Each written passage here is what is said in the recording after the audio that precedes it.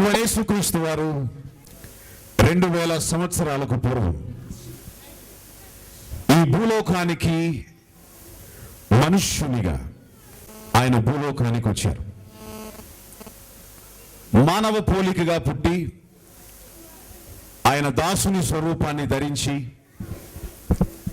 మనుషులందరి కొరకు ఆయన చేయాలి అనుకున్నటువంటి కార్యాన్ని చేయడం కోసం ఆయన భూలోకానికి పసిబాలుడుగా వచ్చాడు.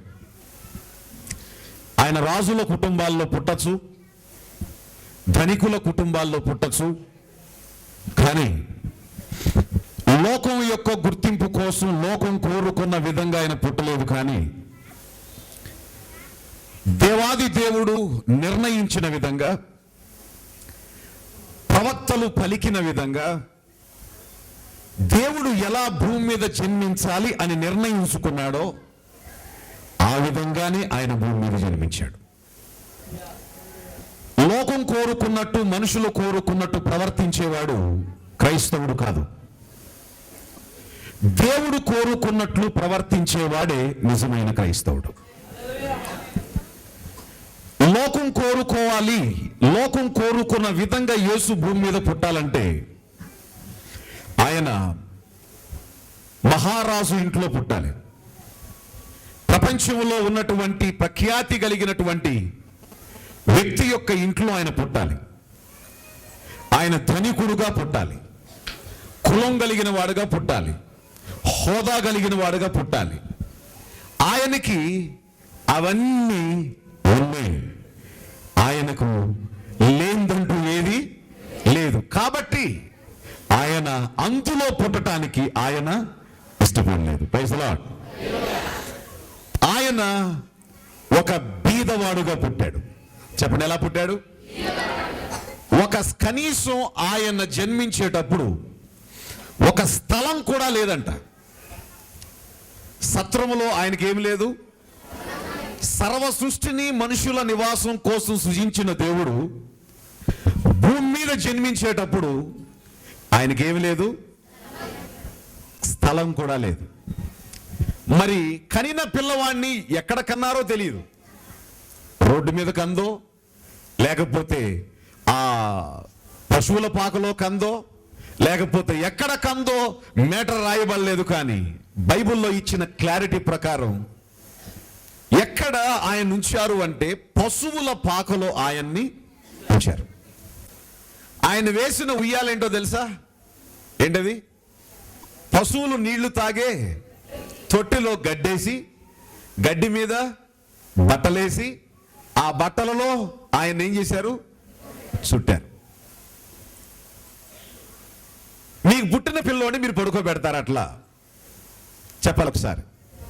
పడుకోబెడతారా? ఎట్టి పరిస్థితుల్లో పడుకోబెట్టరు.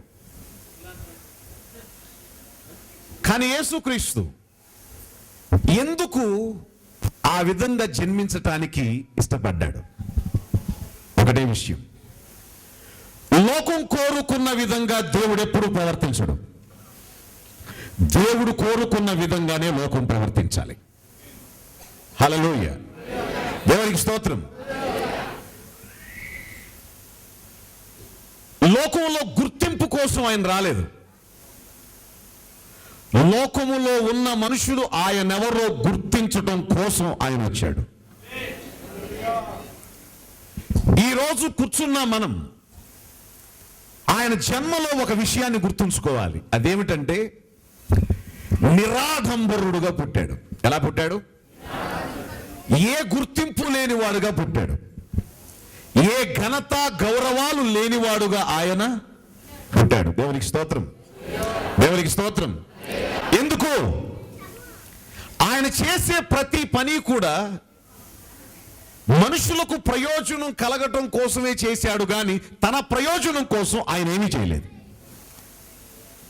బాగా వినాలి. గుర్తింపు లేనివాడుగా పుట్టాడు. నీకు నాకు గుర్తింపుని ఇవ్వటానికి ఆయన గుర్తింపు లేనివాడుగా పుట్టాడు. దేవునికి స్తోత్రం. కాబట్టే ఈరోజు నీకు నాకు ఏ గుర్తింపు వచ్చింది? ఘనత లేని జీవితాలకు దేవుడు ఘనతనిస్తాడు. గౌరవం లేని జీవితాలకు దేవుడు ఏమిస్తాడు? గౌరవనిస్తాడు. నీవు నన్ను ఎరుగకుండునప్పటికీ నేను నీకు బిరుదులిచ్చితిని. దేవుడు అతడు నన్ను ప్రేమించుచున్నాడు గనుక నేను అతిస్తున్నాను. ఆయన ఘనహీనంగా పుట్టింది దేనికోసం అంటే నిన్ను ఘనపరచటం కోసం. ఆయన గుర్తింపు లేనివాడుగా పుట్టింది ఎందుకంటే నీకు నాకు పరలోక రాజ్యంలో ఈ భూమి మీద కూడా ఒక గుర్తింపునివ్వడం కోసం. ఆయన బీదవాడుగా పుట్టింది దేనికోసం అంటే నిన్ను నన్ను శరీరకంగా ఆత్మీయంగా ధనికుని చేయటం కోసం. దేవునికి స్తోత్రం. ఆయన స్థలము లేనివాడుగా పుట్టింది ఎందుకోసం అంటే నీకు నాకు భూమి మీద ప్లస్ పరలోక రాజ్యంలో కూడా స్థలాన్ని సిద్ధపరచడం కోసం. హల్లెలూయా. ఆయన ఏ విధమైన భద్రత లేనివాడై జన్మించాడు. పశువుల తొట్టులో పడుకోబెడితే పసిపిల్లోడికి ఎంత ఇన్ఫెక్షన్ అండి. పశువులకు ఎంత ఇన్ఫెక్షన్ ఉంటుంది. ఆయనకి ఇన్ఫెక్షన్తో పని లేదు. ఆయన కన్నా భద్రపరచుకోగలిగిన సమర్థుడు. దేవునికి స్తోత్రం. ఆయనకు భద్రత లేదు. నీకు నాకు దేవదూతల చేత దేవుడే తన రక్తం చేత నీకు భద్రతనివ్వడం కోసం. ఆయనకు పుట్టడానికి కనీసం ఇల్లు కూడా లేదు, హాస్పిటల్ కూడా లేదు, దాది కూడా లేదు, నర్సు కూడా లేదు. నీకు నాకు కావలసిన ప్రతి ఒక్కరిని సమకూర్చుట కోసం. వాడికి మహిమ కలుగునుగాక. హల్లెలూయా. ఆయన జన్మ చాలా దయనీయం. ఎందుకంటే మన జీవితాలు అలా కాకుండా ఆయన నమ్మిన వారందరూ కూడా ఆయన ఐశ్వర్యాన్ని పొందటం కోసం. ఆయన మన నిమిత్తమై ఏమయ్యాడంట? దరిద్రుడు. ఆయను మన నిమిత్తమై. ఆయన దరిద్రుడు కాదు అసలు, ఆయన ఐశ్వర్యవంతుడు. హల్లెలూయా. క్రీస్తు యేసులో సర్వలోక సంపదలు ఏమై ఉన్నాయి? He is rich.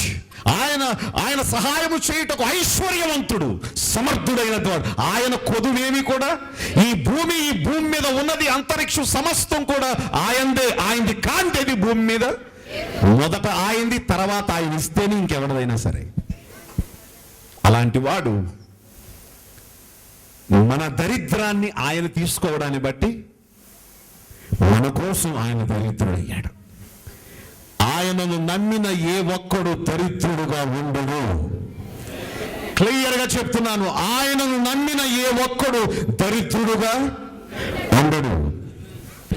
ఆయన నమ్ముకోడిన వానిలో నిజంగా ఆయన ఆశ్రయించిన వానికి దరిద్రం ఉండదు. దరిద్రాన్ని ఆయన తీసేసుకున్నాడు, ఆయన ఐశ్వర్యాన్ని వాళ్ళకి ఇచ్చాడు.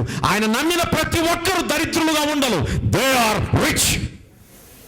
వారు ఐశ్వర్యవంతులుగా ఉంటారు. హల్లెలూయా. ఇంకా నీలో దరిద్రం తాండవిస్తుంది అని అంటే ఖచ్చితంగా ఇంకా క్రీస్తుని యేసుని నువ్వు ఇంకా అనుభవించవలసిన అవసరం చాలా ఉంది అని అర్థం. దేవునికి స్తోత్రం కలుగునుగాక. రైట్.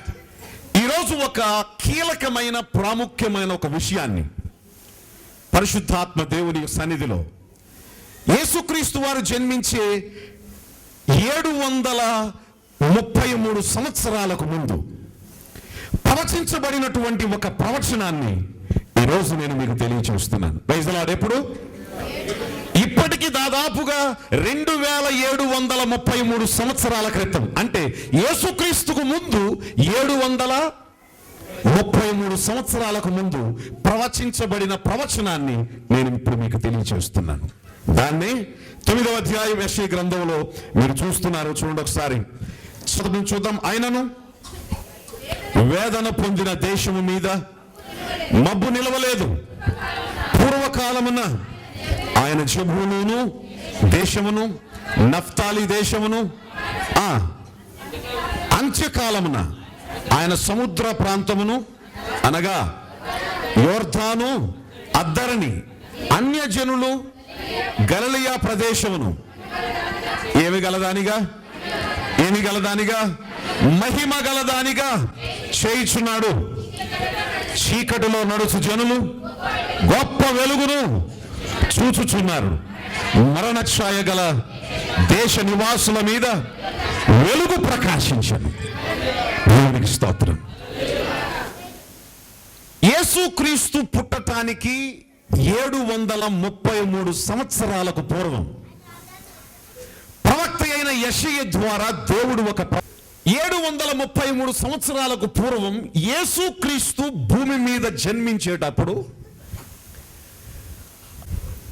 ఆ రాష్ట్రం, ఆ దేశం, ఆ టైం ఎలా ఉంటుంది, ఆయన పుట్టిన తర్వాత దాని పరిస్థితి ఎలా మారిపోద్ది అనే దాని గురించి ఆయన ప్రవచిస్తున్నాడు. ఎస్పెషల్లీ ఆ ప్రాంతం ఏ ప్రాంతం అంటే గలిలయ ప్రాంతం. చెప్పండి ఒకసారి. రెండవది, అక్కడ ఎవరు ఏ గోత్రికులు ఉన్నారు అంటే నఫ్తాలి గోత్రికులు, అక్కడ జబూలూను గోత్రికులు అక్కడ ఉన్నారు. ఈవెన్ ట్రైబ్ తో సహా చెప్పాడు. ఆ ప్రాంతం గలిలయ ప్రాంతం. ఆ ప్రాంతం ఒకానొక టైంలో బహు ఘోరమైనటువంటి ఒక శిక్షకు గురైంది. అషూరు రాజు ఆ దేశం మీదికి దాడి చేసి ఆ ప్రాంతాలన్నిటినీ కూడా బహు భయంకరంగా నాశనం చేశాడు. ఇజ్రాయేలీల మీద కక్షతో అతడు బహు కక్షతో వాళ్ళందరినీ నాశనం చేసి వాళ్ళ ఇళ్లను, వాళ్ళ ప్రాకారాలను, వారికి ఆ నిలయాలుగా ఉన్నటువంటి స్థలాలను వాటన్నిటిని నాశనం చేసి కొన్ని వందల సంవత్సరాల వరకు తిరిగి వాళ్ళు కోలుకోలేనంత దుస్థితిని అక్కడ కలుగజేశాడు. అలాంటి టైంలో ఆ ప్రజలందరి యొక్క బాధ ఎలా ఉందంటే, ఒక రకంగా చెప్పాలంటే చీకటి అలుముకుపోతే వెలుగు కనబడక ప్రజలు ఎట్టా తచ్చిట్లాడతారో వాళ్ళ పరిస్థితి కూడా అంత ఘోరంగా ఉంది. బాగా వినాలి. ఒక ప్రక్కన దరిద్రం, రెండో పక్కన తిండి లేదు, మూడో పక్కన ఆకాశం కూడా ఏమవట్లేదట, మబ్బు దాని మీదకి రావడం లేదట, నాలుగో పక్కన వర్షాలు లేవు, ఐదో పక్కన అంధకారం, ఆరోది ఆర్థికంగా వెనక పడిపోయి ఉన్నారు, ఏడవది కనీసం త్రాగటానికి తినటానికి కూడా సరైంది లేదు, అనేక మరణాలు, వెనుకపడిన తనం, చీకటి, దరిద్రం, అణగారిపోయిన తనం, నిరక్షరాస్యత, ఈ విధంగా ఆ ప్రాంతం అంతా కూడా కటిక దీన దరిద్ర అవస్థలో ఉన్నటువంటి టైంలో యెషయా ప్రవక్త దాని గురించి ప్రవచిస్తున్నాడు. దేవునికి స్తోత్రం కలుగును గాక. హల్లెలూయా. ఈ రోజున ఈ ప్రాంతం ఎలా ఉంది, కానీ ఇక్కడ ఒక కార్యం జరుగుతుంది. Praise the Lord. ఏమిటా కార్యం? చీకటిలో నడుచుచున్న జనులు ఏమవుతారు? గొప్ప వెలుగును చూస్తారు. రెండవది ఏం చేస్తారు? మరణ ఛాయ గల దేశము మీద వెలుగు ప్రకాశిస్తుంది. ఇక్కడ రెండు విషయాలు ఉన్నాయి. ఇంగ్లీష్ బైబిల్లో చాలా చక్కగా ఉంది. The people who walk in the darkness అంటే చీకటిలో నడిచే ప్రజలు. రెండవది the people who are dwelling in the deep darkness అంటే కటిక చీకటిలో నివసించేవారు. చీకటిలో నడిచేవారు ఒకటి, రెండు కటిక చీకటిలో ఏమయ్యేవారు? నివసించేవారు. దేవునికి స్తోత్రం. చాలా జాగ్రత్తగా ఆలకించాలి. ఇది ఒక మర్మం, జాగ్రత్తగా వినండి. కటిక చీకటిలో నడుస్తున్న వాళ్ళు ప్లస్ చీకటిలో నివసిస్తున్న వాళ్ళు ఏం చూస్తారంట? వెలుగు చూస్తారు. ఏం చూస్తారు? వెలుగు చూస్తారు. దేవునికి స్తోత్రం. ఇది పాత నిబంధన. ఒక్కసారి మత్తయి సువార్త 4వ అధ్యాయం 12 నుంచి 16వ వచనం వరకు చదువుదాం. యోహాను చెరపట్టబడవల్లని ఆగండి, గలిలయకు తిరిగి వెళ్ళి నజరేతు విడిచి ఆగండి ఎక్కడికి? జబూలూను నఫ్తాలి అనే దేశముల ప్రాంతములలో సముద్ర తీరమందలి కపెర్నహూమునకు వచ్చి కాపురముండెను. స్తోత్రం చెప్పండి ఒకసారి అందరూ. రైట్. జబూలూను దేశమును నఫ్తాలి దేశమును యోర్దానునకు అన్యజనులు నివసించు గలిలయయు చీకటిలో కూర్చుండి ఉన్న ప్రజలను ఏం చూశారు? గొప్ప వెలుగు చూసిరి. మరణ ప్రదేశంలోను మరణ ఛాయలోను కూర్చుండి ఉన్న వారికి గట్టిగా స్తోత్రం చెప్పండి ఒకసారి. హల్లెలూయా. బైబిల్ ఎంత కరెక్టో చూడండి. 733 సంవత్సరాలకు ముందు చెప్పిన ప్రవచనం, ఇదిగో నా సేవకుడు పుడతాడు, మనకు శిశువు పుట్టెను, కుమారుడు అనుగ్రహించబడెను, ఆయన భుజముల మీద రాజ్యభారం ఉండెను అని చెప్పి యేసుక్రీస్తు గురించి ప్రవచించినటువంటి ప్రవచనంలో even location, geographical location and ఆ లొకేషన్ లో ఉన్నటువంటి పరిస్థితిని కూడా క్లియర్ గా ప్రవచిస్తున్నాడు. ఏమని ప్రవచిస్తున్నాడు? నఫ్తాలి, జిబూలూను అనే గోత్రికులు గలిలీ ప్రాంతంలో చీకటిలో నడుస్తారు, చీకటిలో నివసిస్తారు, అందుట్లోనే నివసిస్తూ అందుట్లోనే ఉంటూ అందుట్లోనే వాళ్ళు చచ్చిపోతారు. అలాంటి టైంలో వారి కోసం ఒక వెలుగు ఉదయిస్తుంది అన్నాడు. యేసుక్రీస్తు కూడా 2000 సంవత్సరాల తర్వాత భూలోకానికి వచ్చిన తర్వాత ఆయన నజరేతులో పెరిగిన, బెత్లెహేములో పుట్టాడు, నజరేతులో పెరిగాడు. ఆయన నజరేతు నుంచి ఆయన ఎక్కడ కాపురం ఉండడానికి వచ్చాడంట? చెప్పాలి, ఎక్కడ కాపురం ఉన్నాడంట?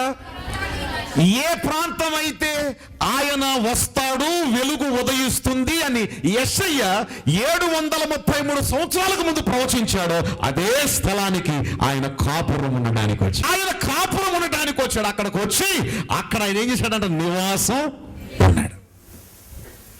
అక్కడ నివాసం ఉన్నప్పుడు ప్రజలు ఏం చూశారంట?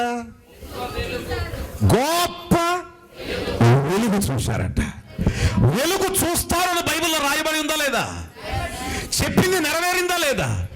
యేసు ప్రవచనానుసారంగా వెళ్ళాడు, తన మనస్సు ప్రకారం వెళ్ళాడా?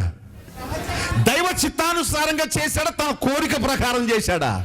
దేవునికి స్తోత్రం.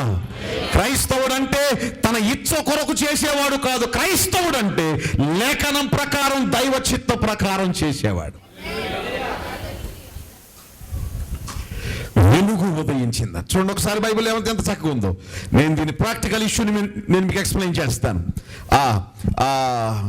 16వ వచనం చివరి నుంచి, జెబూలూను దేశము మీదను నఫ్తాలి దేశమును యోర్దానునకు ఆవలి ఉన్న, కరెక్ట్ గా లొకేషన్ కూడా చూడండి. చీకటిలో కూర్చున్న ప్రజలందరూ గొప్ప వెలుగును చూసురి, మరణ ప్రదేశములోను మరణ ఛాయలోను నుండి ఉన్న వారికి వెలుగు ఉదయించను. దేవునికి స్తోత్రం కలుగును గాక. హల్లెలూయా. రైట్, ఇప్పుడు ఆగండి. ఏ విధమైన చీకటిలో వాళ్ళు ఉన్నారు? వెలుగు ఉదయించింది అంటే వాళ్ళకి ఒక లైట్ లాగా వెలుగేమన్నా వచ్చిందా? సూర్యుడిలాగా వెలుగేమన్నా వచ్చిందా? లేకపోతే ఒక దీపం వెలిగిస్తే వచ్చేటువంటి వెలుగేమైనా వచ్చిందా? ఏ వెలుగు వచ్చింది? అసలు యేసుక్రీస్తు ఎవరు? ఒక్క రెఫరెన్స్ చూడండి. 42వ అధ్యాయం యెషయా గ్రంథం. కొద్దిగా ఒక్కసారి ప్రభు గురించి ఏంటో మీరు చూసిన తర్వాత will go for the explanation. 42వ అధ్యాయం యెషయా గ్రంథం, 42వ అధ్యాయం 6-7 వచనాలు. ఎవరు? యేసు గుడ్డి వారి కన్నులు తెరచుటకును, ఎవరిని? బంధింపబడిన వారిని చెరసాలలో నుండి వెలుపలికి తెచ్చుటకును. ఎవరిని? అందరూ చెప్పండి, ఎవరిని? చీకటిలో నివసించు వారిని. అంటే చీకటిలో ఉన్నవారు ఎక్కడున్నారు? ఇప్పుడు బంధింపబడి ఉన్నారు. చెప్పండి, ఎక్కడున్నారు? బంధింపబడి ఉన్నారు. బందీ గృహములో ఉన్న వారిని వెలుపలికి తెచ్చుటకును యెహోవానగు నేనే నీతి విషయమై నిన్ను పిలిచి నీ చెయ్యి పట్టుకొని ఉన్నాను. యేసుక్రీస్తు ఎవరు? ఇప్పుడు చెప్పండి. గుడ్డి వారి కన్నులు తెరిచేవాడు. 2, చీకటిలో ఉన్న వారిని వెలుగులోకి నడిపించేవాడు. 3, బంధింపబడిన వారిని చెరలో నుంచి విడుదల చేసేవాడు. దేవునికి స్తోత్రం. ఇప్పుడు చీకటిలో ఉన్న ఈ ప్రజలు ఎక్కడున్నారు? ఇప్పుడు చెప్పండి. చీకటిలో ఉన్నారంటే ఎక్కడున్నారు వీళ్ళు? జాగ్రత్తగా ఆలకించాలి. ఇప్పుడు ఒక విషయాన్ని క్లియర్గా అర్థం చేసుకోవాలి. చీకటిలో ఉన్న ఈ ప్రజలు ఎక్కడ ఉన్నారంటే, చీకటిలో బంధింపబడిన వారిని విడుదల చేస్తాడంటే యేసుప్రభు. అంటే చీకటిలో ఉన్న వీళ్ళు ఎక్కడున్నారు? ఇప్పుడు కొన్నిటికి బంధించబడ్డారు. దేనికి? ఆ రాజు వచ్చి మొత్తాన్ని నాశనం చేయటం వలన దరిద్రం అనే దానికి బంధింపబడ్డారు. వాళ్ళ తాత దరిద్రుడే, వాళ్ళ నాన్న దరిద్రుడే, వాళ్ళ కొడుకు దరిద్రుడే, వాడి మనవడు దరిద్రుడే. వాళ్ళకి తినటానికి తిండి లేదు, వీళ్ళకి తినటానికి తిండి లేదు. వాళ్ళ ముత్తాత ఏమనుభవించాడో అదే తండ్రి అనుభవిస్తున్నాడు, తండ్రి ఏమనుభవించాడో కొడుకు అదే అనుభవిస్తున్నాడు, కొడుకు ఏమనుభవిస్తున్నాడు వాడి మనవడు కూడా అదే అనుభవిస్తున్నాడు. పేదరికం. చీకటి అంటే ఏంటి? చీకటి అంటే మొట్టమొదటిది చీకటి సాతానుకు గుర్తు, చీకటి అజ్ఞానానికి గుర్తు, చీకటి దరిద్రానికి గుర్తు, చీకటి అనాగరికతకు గుర్తు, చీకటి అనీతి సంబంధమైన అవినీతి సంబంధమైన క్రియలకు గుర్తు. ఇప్పుడు వాళ్ళందరూ ఎక్కడున్నారంట? చీకటి పాపానికి గుర్తు. వాళ్ళందరూ ఎక్కడున్నారంట? యేసు ఇప్పుడు ఏం చేస్తున్నాడు? వచ్చి చెప్పాలి. What is Christmas? యేసు ఏం చేస్తున్నాడు? వచ్చి చీకటిలో ఉన్న వారిని, బంధింపబడిన వారిని యేసు ఏం చేస్తున్నాడు? ఇప్పుడు విడుదల. అందరూ చెప్పండి మాట, విడుదల చేస్తున్నాడు. ఈ రోజు మీకు కార్యం జరగబోతుంది. ఈ రోజు క్రిస్మస్ రోజున దేవుని ఇంటిని తొక్కిన మీకు ఒక కార్యం జరగబోతుంది. దేవుడి కార్యాన్ని చేస్తున్నాడు. దేవునికి స్తోత్రం కలుగునుగాక. Hallelujah. Today is the day of deliverance. ఈ రోజు దేవుడు విడుదల ఇచ్చే రోజు, లోకానికి విడుదల ఇవ్వటానికి వచ్చిన రోజు, బంధింపబడిన వారిని విడుదల చేయడానికి వచ్చిన రోజు, గుడ్డి వారి కళ్ళు తెరవటానికి వచ్చిన రోజు. అదే ఈ రోజు మీకు అర్థం కావాలి. ఆ రోజున గలిలయ ప్రాంతంలో, సముద్ర తీర ప్రాంతంలో, నఫ్తాలి జబూలూను ఉన్న ప్రాంతంలో ప్రజలందరూ ఎట్లున్నారంటే చీకటిలో ఉన్నారు, దరిద్రంలో ఉన్నారు, పేదరికంలో ఉన్నారు, అనారోగ్యాలతో ఉన్నారు, పాపాలతో ఉన్నారు, సాతానుతో ఉన్నారు. వాళ్ళు చేసే పని వాళ్ళకి తెలియట్లేదు. ప్రతి అవినీతి సంబంధమైన క్రియల్లో ఉన్నారు. దేవర్ డైయింగ్. వాళ్ళు చచ్చిపోతున్నారు. అందులోనే తరతరాలు వెళ్ళిపోతున్నారు. అయితే రక్షకుడైన యేసు వారితో నివసించడానికి వచ్చాడు.